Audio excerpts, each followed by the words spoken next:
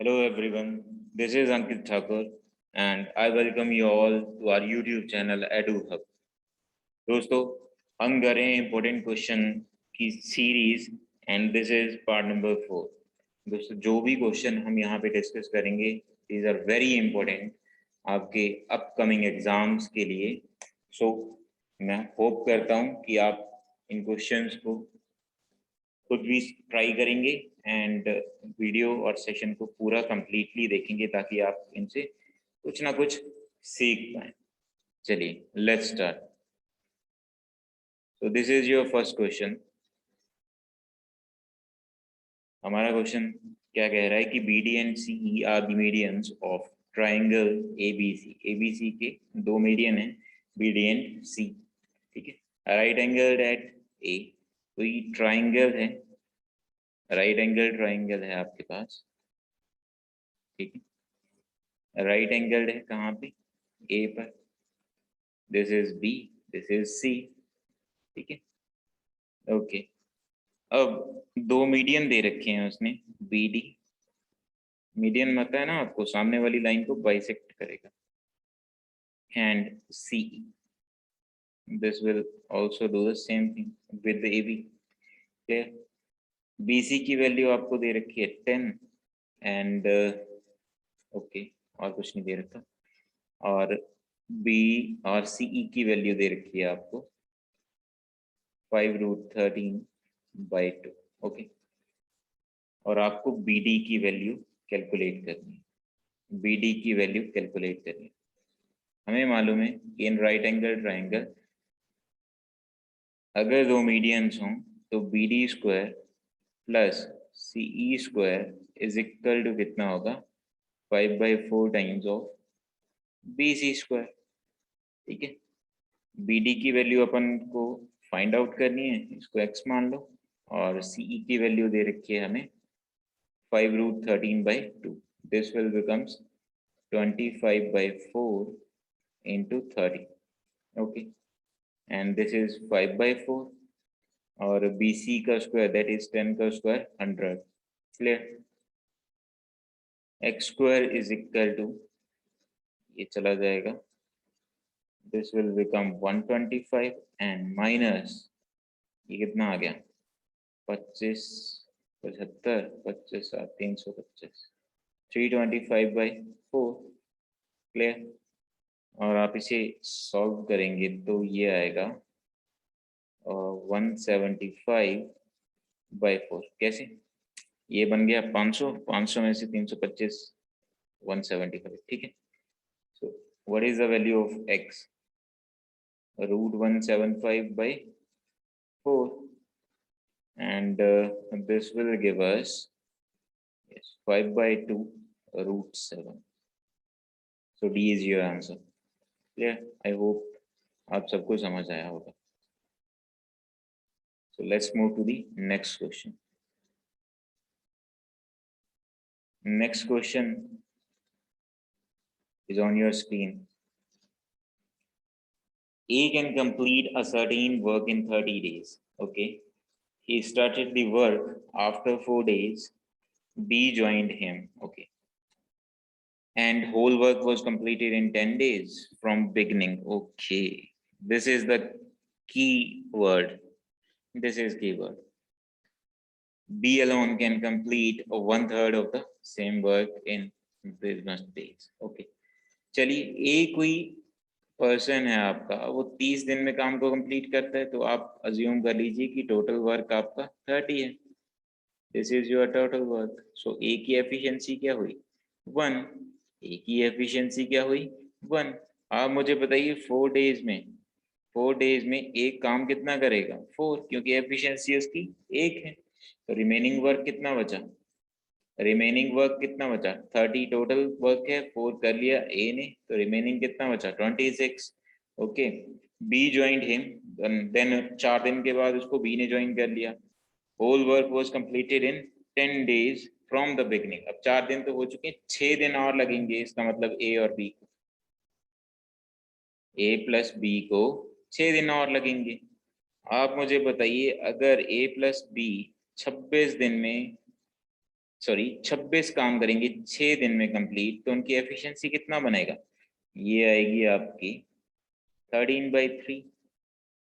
अगर a plus B की efficiency 13/3 है, तो आप मुझे बताइए a की एफिशिएंसी 1 है, b की एफिशिएंसी कितनी आएगी? 13/3 minus 1, this is 10/3, this is 10/3।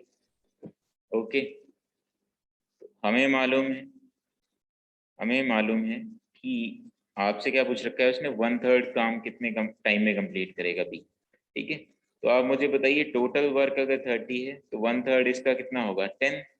Clear? और एफिशिएंसी है उसकी 10/3 बी के लिए, है ना, एफिशिएंसी है 10/3, तो कितना टाइम लगेगा उसे? 3 days। क्लियर?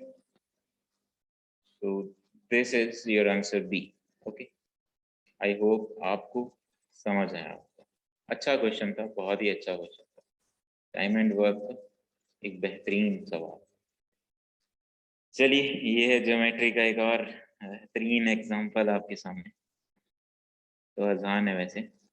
देखो, एक ट्राइंगल दे रखा है, राइट एंगल ट्राइंगल है आपके सामने। ठीक है, राइट एंगल है ए पर, बी, दिस इज सी।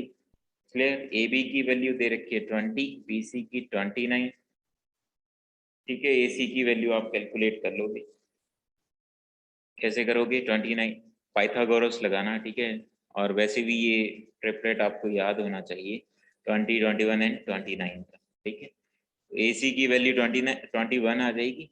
आपसे पूछ रखा है उसने sine B minus cot C. अब मुझे बताओ साइन बी कितना होगा? Perpendicular upon hypotenuse, that is 21/29 माइनस कॉट सी आप देखोगे base upon perpendicular, that is again 21 by perpendicular आपका 20। So this give us 21 common ले लो, यहाँ 9 आया और नीचे आ गया आपका 580। क्लियर? तो ये कितना आया आपका? 189/580। So your answer is yes, D. D is your answer. Let me check again, कोई गलती तो नहीं हुई है ना? माइनस माइनस का आएगा 20 माइनस 29। ठीक है, सो सी इज योर आंसर। ठीक है, चलिए मिस्टेक कर सकते हो, थोड़ा ध्यान से करना। ठीक है, चलिए नेक्स्ट क्वेश्चन थोड़ा जल्दी करेंगे, जैसे हम एग्जाम में करेंगे इनको अटेम्प्ट, इन क्वेश्चंस को मैं वैसे ही करवाने की कोशिश करूंगा, ताकि आपको पता चले कि हम कौन सी सिली मिस्टेक कर सकते हैं और कौन सी। क्लियर? एक सेकंड रुकिए, चलिए इस क्वेश्चन को करिए। क्वेश्चन बोलता है आपके सामने कि when 2 raised to power 24 minus 1 is divided by this 7, the remainder is। Okay, आसान सवाल। आप मुझे बताओ 2 raised to power 24 को आप लिख सकते हो क्या 2 raised to power 3 raised to power 8? Clear? Minus 1 divide करना है आपको 7 से, ये बना 8 raised to power 8 माइनस 1/7। आप जब 8 को डिवाइड करोगे 7 से, तो यहाँ से रिमाइंडर आएगा 1, 1 raised to power 8 1, और 1 को आप 7 से डिवाइड करोगे तो रिमाइंडर अगेन 1 होगा, तो 1 minus 1, this will give us 0 as remainder. Okay, आसान सवाल था ये। चलिए इस क्वेश्चन को करिए। If 2 cos square theta 3 1 minus sin theta, this equation is given to you and angle, ये ध्यान रखना। ठीक है, एंगल दे रखा है आपको 0 से 90, और 0 भी नहीं है और 90 भी नहीं है। ठीक है, इन दोनों से 0 से ज्यादा है एंगल थीटा और 90 से कम। ओके, इस क्वेश्चन को सॉल्व करते हैं हम। देखिए cos स्क्वायर थीटा को अपन लिख सकते हैं 1 minus sine square theta, 3 1 minus sine theta, 2 minus 2 sine square theta, 3 minus 3 sine theta. अपन ऐसा करते हैं कि इसको एक्स ही अज्यूम कर लेते हैं, साइन थीटा इतना लंबा कौन लिखेगा भाई, इतना टाइम नहीं है अपने अपन के पास। ठीक है, इसको एक्स लिखो यार, रुको। ठीक है, x is equal to sine theta assume करा है, ठीक है। तो आप ये बन गई क्वाड्रेटिक इक्वेशन। क्वाड्रेटिक इक्वेशन बनी तो 2x minus 3x and 3 minus 2 this is 1 is equal to 0। Root find out कर लीजिए आप। तो x कितना आ जाएगा आपके पास, यहाँ से बनेंगे इसके माइनस, यहाँ अपने को 2 चाहिए ना, तो -2 और -1, यस हाँ। तो x की वैल्यू आ गई है आपके पास 1 and 1/2। So x is equal to sine theta. आपको पता है कि थीटा यहाँ से कितना आएगा, साइन थीटा 1 कहाँ पे होगा, 90 पे, और 1/2 30 पे, तो 90 तो हो नहीं सकता। We will take value of theta as 30 degree. अगर थीटा 30 डिग्री है, अगर थीटा 30 डिग्री है तो यहाँ वैल्यू पुट करो, वैल्यू पुट करो। रुक जाओ, जगह कम हो रही है। चलिए, tan 2 theta that is tan 60 degree √3 plus cosecant 90 this is 1 minus secant 60, secant 60 क्या देगा 1/√3, clear. And this will give अस, यहाँ से करो इसको मल्टीप्लाई, 3 प्लस √3 माइनस 1/√3, और ये बन गया आपका √3 माइनस 2 अपॉन √3। ऐसा कोई ऑप्शन दिख रहा है क्या, कुछ गड़बड़ कर दी क्या हमने? अच्छा हाँ, secant 60 है, मेरे दिमाग में कुछ और ही चल रहा था। 2/√3 होगा, 2/√3 होगा। अरे नहीं, क्या कर दिया यार।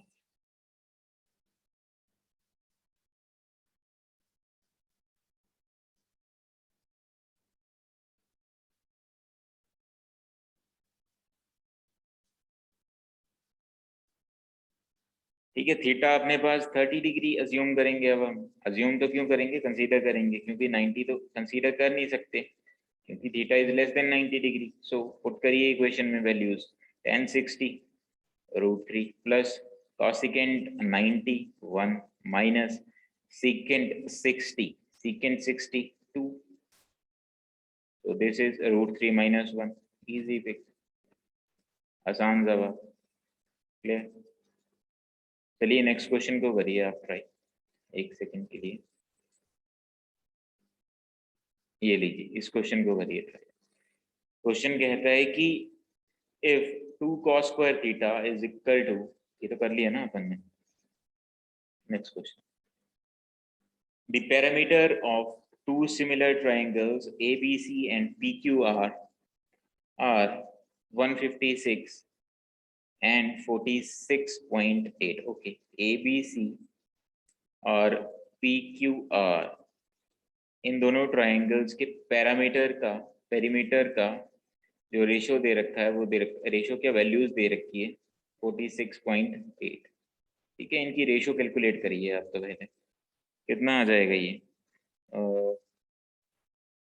4 से 11 टाइम्स, देन 7 टाइम्स, ये चला गया 3 टाइम्स एंड 390, 13 से 9 times and this is 30 times.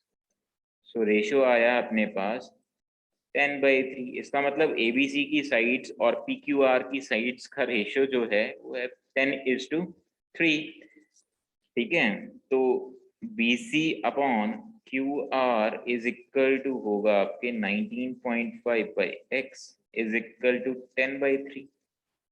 यहाँ से x की वैल्यू आप कैलकुलेट कर सकते हो आसानी से। कितना आ जाएगा, 195 इंटू 3/10 अपॉन 10, इस पॉइंट को हटाओ तो ये कितना आ जाएगा, 195 इंटू 3, आप करिए 200 इंटू 3 600, 585 अपॉन 100 तो 5.85 आपका आंसर है। आसान सवाल,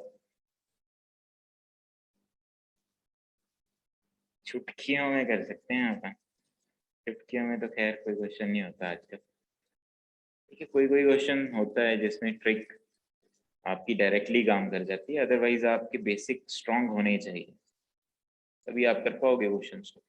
चलिए इस क्वेश्चन को करिए। As observed from the top of a lighthouse 42 metre high from the sea level. अच्छा, एक आपका लाइट हाउस है, 42 मीटर हाइट है उसकी, और angle of depression of a ship selling directly towards it. कोई शिप है, यहाँ से कोई शिप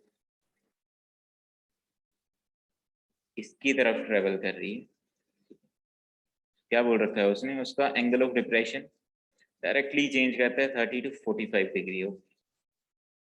तो ये लीजिए, कोई शेप है आपकी, पहले यहाँ पे थी, देन यहाँ पे, इसका एंगल ऑफ डिप्रेशन चेंज कर रहा है 30 to 45, ठीक है। तो ये भी एंगल कितना हो जाएगा 30, ये 45। क्लियर।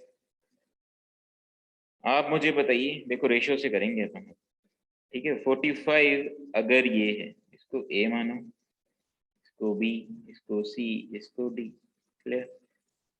देखिए 45 ये तो 90 डिग्री है, 45 के सामने वाली साइड 1 यूनिट, सो ए सी भी 1 यूनिट होगा, ठीक है। अगर 30 के सामने वाली साइड 1 यूनिट है तो यहाँ पे 60 डिग्री होगा ये वाला एंगल, तो 60 के सामने वाली कंप्लीट साइड कितनी होगी, √3 यूनिट, ठीक है। तो ट्रेवल कितना करा शिप ने ट्रेवल कितना करा, √3 - 1 यूनिट, √3 - 1 यूनिट।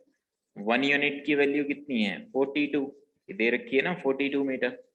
1 यूनिट की वैल्यू 42 मीटर दे रखी है, हमें किसकी चाहिए, √3 - 1 यूनिट की। तो √3 - 1 यूनिट की वैल्यू कितनी आ जाएगी 42, √3 - 1, ठीक है।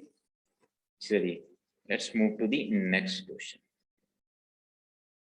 इस क्वेश्चन को करिए आप, अच्छा सवाल है।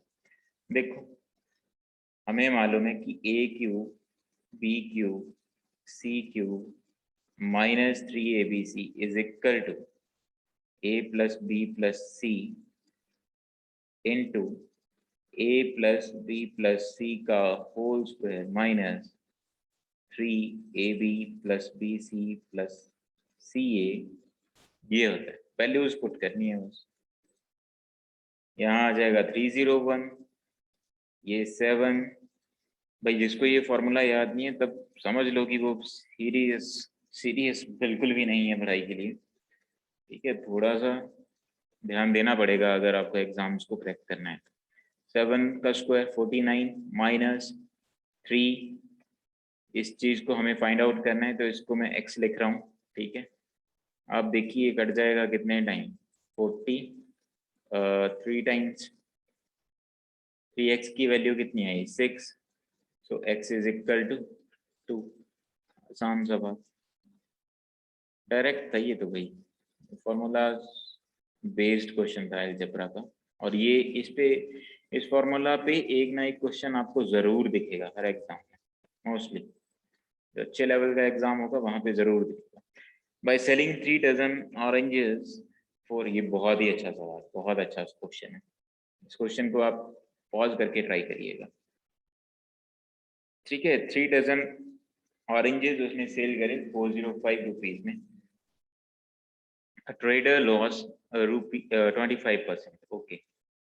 अगर 25% का फ्रैक्शन अपन चेक करें तो कितना 1/4, इसका मतलब 4 की चीज उसने सेल कर दी कितने में, 3 यूनिट में, ही मतलब है इसका, ठीक है। लॉस हुआ है क्योंकि उसे, अब आप मुझे बताओ उसने सेल कितने में करा 405 में, 405 में 3 डजन को ले, तो 3 डजन का सीपी कितना आ जाएगा,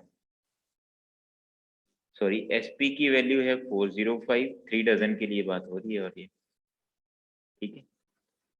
तो ये कितना आया 13, मल्टीप्लाई करा मतलब 135 से, तो यहाँ भी आप 135 से मल्टीप्लाई करेंगे तो ये कितना आ जाएगा 13 चौक 52, 540 आ जाएगा। क्लियर। 540 आ जाएगा। तो ये कॉस्ट प्राइस है आपका 3 डजन ऑरेंजेस का, 3 डजन ऑरेंजेस का। क्लियर? इसका मतलब 1 ऑरेंज की कॉस्ट क्या बैठी आपके पास, 540 बाई 36, क्योंकि एक डजन में 12 ऑरेंज होंगे तो 3 डजन में 36 ऑरेंजेस। ठीक है, 18 से काटिए इसको। तो एक ऑरेंज का सीपी आया 15 रुपीज, 15 रुपीज। ठीक है, आप देखिए उसने क्या बोला है कि उसको प्रॉफिट चाहिए कितने का, 20% का। ठीक है, 20% का अगर प्रॉफिट चाहिए तो आप मुझे बताओ 15 की चीज उसे कितने में बेचनी पड़ेगी। ठीक है, ये कितने से जाएगा, 18। 15 की चीज उसे 18 में बेचनी पड़ेगी। अगर एक ऑरेंज वो 18 रुपीज का सेल कर रहा है तो 288 में वो कितने ऑरेंज सेल कर देगा, देख लीजिए, 16। अच्छा क्वेश्चन था, बट अच्छा क्वेश्चन था, आपको रिपीट करके देखना पड़ सकता है। अच्छा क्वेश्चन था, फर्स्ट टाइम में करना थोड़ा सा डिफिकल्ट हो सकता है बच्चों के लिए, बट कई कर लेंगे। देखिए क्वेश्चन है आपके सामने, important export of a country x by Z, okay, during 2013 to 2018 in rupees crores is given। ठीक है, तो आपसे क्वेश्चन पूछ रखा है उसने कि by what percentage is total exports in 2014 and 2016 is less than the total imports. Imports है भाई डार्क वाले, ये वाले, और एक्सपोर्ट्स है आपका लाइट वाला। क्लियर है? आपसे पूछ रखा है उसने 2016 और 14 में इंपोर्ट और एक्सपोर्ट का परसेंटेज, है ना। एक्सपोर्ट आपका कितना कम था इंपोर्ट से। ठीक है, आप देखिए 2014 एंड 16 का डाटा चाहिए हमें, तो आप बताइए एक्सपोर्ट कितना है, एक्सपोर्ट कितना है। एक्सपोर्ट है आपका 300 एंड 400, 700। ठीक है, एंड इंपोर्ट कितना है आपका, इंपोर्ट है आपका 360 एंड 440, दैट इज 800। तो आप मुझे बताइए एक्सपोर्ट इंपोर्ट से कितना कम है, 1। ठीक है, तो परसेंटेज क्या आएगा, 1/8, दैट इज 12.5%। आसान सवाल, ये तो कर ही लोगे यार। इसको करिए, इसको करिए, क्वेश्चन अच्छा है, थोड़ा सा लेंथी है। What is the cost of levelling a triangular park with sides 60 meter and 112 meter and 164 meter। Question incomplete है, इनकम्प्लीट क्वेश्चन, तो बाद में देखेंगे इसको। चलिए इस क्वेश्चन को करिए। Codes A B and C D, दो कोड्स हैं आपके पास A B and C D. ठीक है, ये ए बी रही, ये सी डी रही, और एक्सटर्नली मीट कर रही हैं वो इसी पॉइंट पर, पी पर। Clear?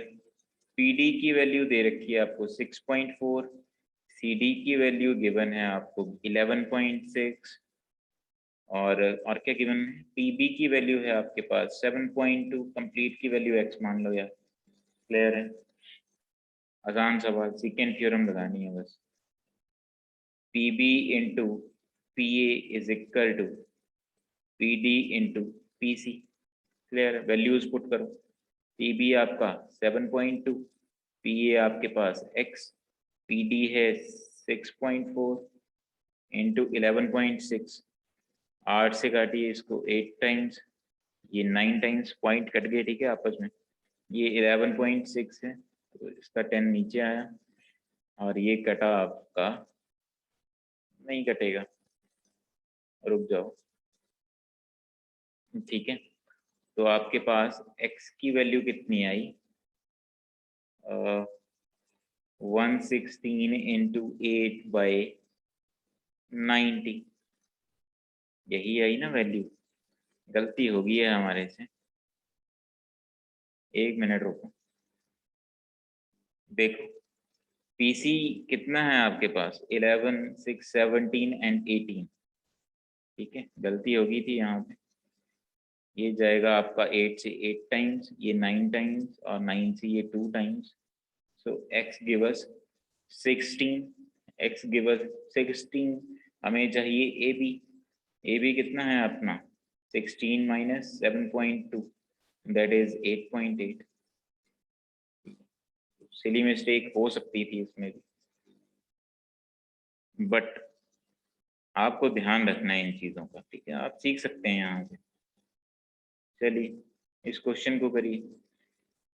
If x square plus 1 minus 2x is equal to 0, x is greater than 0, then x square into x square minus 2 is। आप मुझे बताइए, यहाँ से इसको सॉल्व करिए। क्वाड्रेटिक इक्वेशन दे रखी है आपके पास, ठीक है। रूट्स x के कितने आ जाएंगे यहाँ से, 1 और 1, -1 ठीक है। तो x की रूट्स क्या है आपके पास, 1,1। ठीक है, मतलब x का रूट 1, यहाँ पे वैल्यू पुट करिए 1, 1 माइनस 2 -1। ये सबसे इजी क्वेश्चन था अभी तक का। चलिए इस क्वेश्चन को, ये भी देखो क्वाड्रेटिक का ही अलजेब्रा का क्वेश्चन है, ये अच्छा क्वेश्चन है। एक्स स्क्वायर माइनस 3√2x ये +1 इज इक्वल टू 0। ठीक है, ये x रूट से बाहर है, x रूट से बाहर है। तो x आप कॉमन लीजिए, तो यहाँ आएगा आपका x minus 3√2 plus 1/x is equal to 0। तो आपके पास इक्वेशन आई x plus x is equal to 3√2। Clear. आप मुझे बताइए x³ प्लस 1/x³ क्या होगा। अगर आपके पास x plus 1 is equal to k दे रखा हो, तो x³ प्लस 1/x³ क्या होता है आपका, k³ माइनस 3k। क्लियर। तो k³ कितना आ जाएगा, 3 3 27, 27 into 2 54, 54√2 minus 3 into 3 9√2 and this will become 45√2। आसान सब, ये भी इजी क्वेश्चन था। चलिए नेक्स्ट क्वेश्चन पे मूव ऑन करते हैं। चलिए इस क्वेश्चन को करिए। देखो यार, अगर आपको सेशन अच्छा लगे ना तो प्लीज वीडियो को लाइक करिएगा, शेयर करिएगा, चैनल को सब्सक्राइब जरूर करिएगा, बिकॉज बहुत ज़्यादा मेहनत लगती है इस चीज़ में। और अगर आपका रिस्पांस अच्छा रहेगा तो हम इस सीरीज को कंटिन्यू तो रखेंगे और मैं कोशिश करूंगा कि बेसिक से करवाया जाए आपको पूरा मैथ्स। ठीक है, अगर आपको सेशन अच्छा लगे तो कमेंट जरूर करिएगा, ठीक, और शेयर करिएगा प्लीज।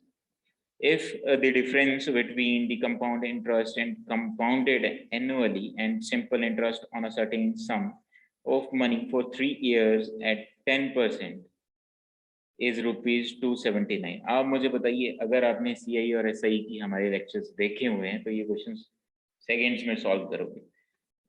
ठीक है, देखिए अगर सिंपल इंटरेस्ट की बात करें तो 3 इयर्स के लिए इफेक्टिव रेट कितना होगा, 30%। 3 इयर्स के लिए इफेक्टिव रेट कितना होगा, 30%। 30% क्यों, 10% एक ईयर्स के लिए, 1 ईयर के लिए, 3 इयर्स के लिए 10 × 3 हो जाएगा।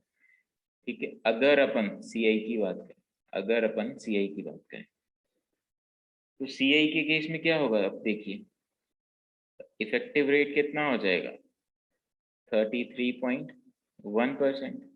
क्लियर है। इन दोनों के इंटरेस्ट में डिफरेंस देखिए 3.1%। ये कितना गिवन है आपको, 279। हाँ मुझे बताइए 3.1% ऑफ द प्रिंसिपल अगर 279 है, यहाँ से 1% कितना आ जाएगा, 279 बाय 31, 0 ऊपर ले जाओ, ये जाएगा आपका 9 टाइम्स 90, तो 100% ऑफ द प्रिंसिपल कितना आ जाएगा 9,000,000। क्लियर, आसान सा बात। चलिए आज के सेशन में इतना ही। नेक्स्ट सेशन में जो रिमेनिंग क्वेश्चंस हैं वो करेंगे अपन। और अगर आपको इस वीडियो लेक्चर की इसकी मतलब पीडीएफ चाहिए आपको इन क्वेश्चंस की, तो टेलीग्राम का लिंक डिस्क्रिप्शन में होगा, आप वहां से टेलीग्राम को ज्वाइन करके वहां पे आपको ये पीडीएफ मिल जाएगी। और अगर आपको सोल्यूशन अच्छा लगा हो, कंटेंट अच्छा लगा हो, तो प्लीज़ यार लाइक करिएगा, शेयर करिएगा एंड चैनल को सब्सक्राइब ज़रूर करिएगा। Thanks a lot.